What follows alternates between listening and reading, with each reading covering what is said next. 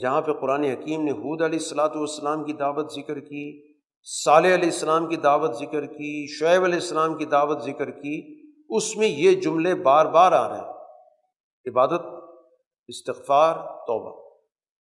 تو اس کا تعلق ہے پورے اجتماع سے۔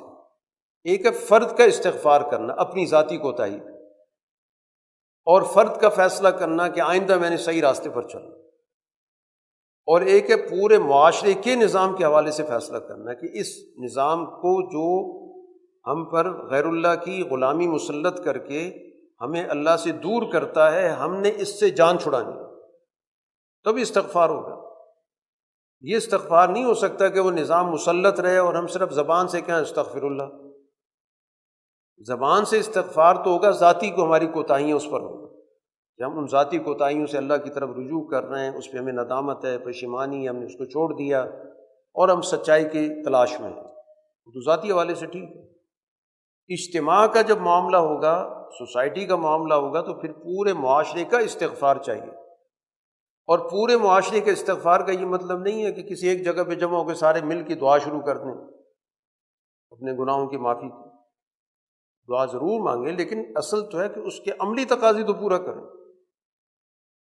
کہ حرام کھاتے رہے ان ساتھ سائے کہ اللہ معاف کر دے، یہ تو استغفار نہیں ہے۔ ہاں، اس حرام کے نظام کے خلاف عملی اقدام اٹھائیں، اس جبر کے نظام کے خلاف عملی قدم اٹھائیں، تو پھر جا کر گویا وہ استغفار اجتماعی سمجھا جائے گا۔ اجتماعی استغفار کا یا اجتماعی توبہ کا جو ہمارے یہاں تصور پیدا ہو گیا وہ یہ ہو گیا کہ ایک اجتماع جمع ہو جائے، لوگ اکٹھے ہو جائیں اور اس کے بعد سارے اپنے اپنے گناہ کی معافی مانگیں۔ وہ تو ٹھیک ہے، اللہ سے رجوع ہو گیا، اللہ کے سامنے ہم نے ہاتھ اٹھا لیے، دعا کر دی، لیکن عملی تقاضا ہم نے کیا پورا کیا؟ کیا ہم نے عملی جدوجہد کی؟ کوئی اس کے لیے عملی لاہ عمل بنایا؟ کوئی اس کے لیے ہم نے لوگوں کی ذہن سازی کی؟ اس کے لیے لوگوں کے اندر ہم نے اجتماعی شعور پیدا کیا؟ جب یہ کیا ہی نہیں ہے تو وہ اجتماع تو محض ایک رسمی ہو گئی جس میں ہم نے اللہ سے دعا کی کہ ہمیں معاف کر دیں۔ تو استغفار یا توبہ جو قرآن نے یہاں پر ذکر کیا ہے وہ عمل سے جڑا ہوا ہے۔ ذاتی استغفار بھی اسی طرح ہے، ایک شخص جھوٹ بول رہا ہے اور ساتھ کہتا ہے اللہ معاف کر دے، اس کی تو کوئی حقیقت نہیں ہے، جتنے مرضی وہ استغفار کی تسبیح پڑھ لے، اگر وہ اس برائی کو چھوڑنے پہ آمادہ ہی نہیں ہے، یہ چھوڑتا ہی نہیں ہے، تو اس استغفار کی کوئی حقیقت نہیں، اس کا کوئی نتیجہ نہیں۔ یہ نہیں ہو سکتا ہم کہیں پچھلا کھاتا صاف ہو گیا ہے اور آئندہ کے لیے پھر دیکھا جائے گا، بالکل صاف نہیں ہوگا، کیونکہ ہم اس برائی کو چھوڑنے کے لیے کوئی کوشش، کوئی جدوجہد نہیں کرتے، تو انفرادی ہو یا اجتماعی۔ تو یہاں تو مجموعی طور پر پورے معاشرے کو مخاطب کر کے دعوت دی گئی۔ اب یہ جو محکم آیات ہیں، ایک تو یہ قرآن نے بتا دیا کہ اللہ کا بالکل طے شدہ مضبوط اصول ہے کہ قوم کے اندر یہ اجتماعی عبادت، استغفار، توبہ کا نظام قائم ہوگا تو نتیجہ نکلے۔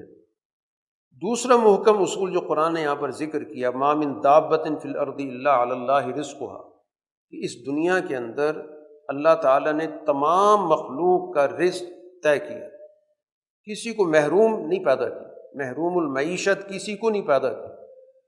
ہر مخلوق جو بھی آ رہی ہے دنیا کے اندر اس کے لیے رزق کے وسائل رکھے گئے ہیں۔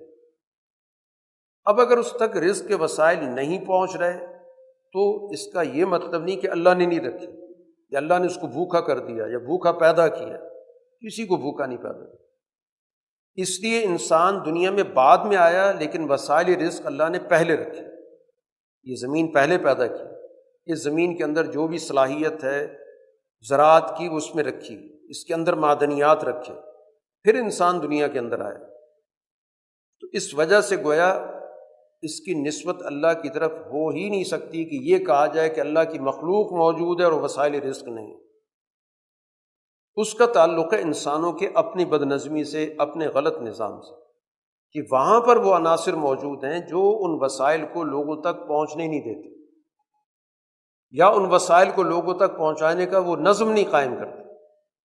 مجرم وہ ہوں گے، ان سے باز پرس ہوں گے۔ اللہ نے تو کہہ دیا ہے کہ میں نے تو دنیا کے اندر ہر جاندار کی جو اس کی ضرورت ہے، رزق کا مطلب جو اس کے تقاضے ہیں، خوراک کی صورت میں، لباس کی صورت میں، جو بھی اس کی صحت کی صورت میں، جس سے اس کی زندگی کی حفاظت ہوتی ہے اور جس کے نتیجے میں اس کی زندگی کے اندر ترقی ہوتی ہے، وہ تمام چیزیں رزق میں آ جاتی ہیں۔ رزق کے اندر مانوی چیزیں بھی آ جاتی ہیں، انسان کا علم ہے، شعور ہے، سوجھ بوجھ، ساری چیزیں، یہ سارا کا سارا انسانی زندگی کا رزق کہلاتا ہے۔